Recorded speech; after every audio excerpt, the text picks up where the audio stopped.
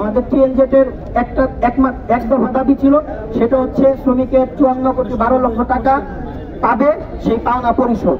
আমাদের ট্রেন অ্যাপারেন্সের 3 দফা দাবি ছিল, সেটা হচ্ছে শ্রমিকের পাওনা পরিশোধ, শ্রমিকের নামে হচ্ছে মিথ্যা মামলা সেটা প্রত্যাহার, এবং শ্রমিককে ব্ল্যাক লিস্ট করে রাখা হয়েছে বিজিএম এর মাধ্যমে, যারা অন্য জায়গায় চাকরি নিতে পারে না, সেইটা প্রত্যাহার।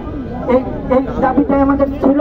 টিএনজেটের ব্যাপারে ব্ল্যাক লিস্ট প্রত্যাহার এবং হচ্ছে পাওনা পরিশোধের সিদ্ধান্ত তারিখ দেওয়া হয়েছে 7 কর্মদিবসের ভিতরে, 29 তারিখের ভিতরে। আর হচ্ছে চেইন অ্যাপারেন্সের যেহেতু বেতনের শীট তৈরি করা হয় নাই, তাই কালকে থেকে অফিসিয়াল সেই কাজ তৈরি হবে, কমিটি তৈরি করা হবে। কমিটি করে বেতনের শীট তৈরি করে শ্রমিকের পাওনাদারের হিসাবটা কমপ্লিট করে যত দ্রুত সম্ভব আমাদেরকে আশ্বস্ত করা হয়েছে ঈদের আগে তারা যেন বেতনটা পায় সেই ব্যবস্থা করা হবে। আমরা সেই কর্মসূচি পালন করেছি এবং আমাদের যে কথাগুলো ছিল প্রধান উপদেষ্টার এবিএস কে বলার সেটা বলেছি। তার মাধ্যমে আমরা শ্রম উপদেষ্টার কাছে জানিয়েছি সমস্ত কিছু হবে। শ্রম উপদেষ্টা নিজে প্রেস রিলিজ করেছেন যে আমাদের যে প্রজ্ঞাপনাদি 7 কর্মদিবসের মধ্যে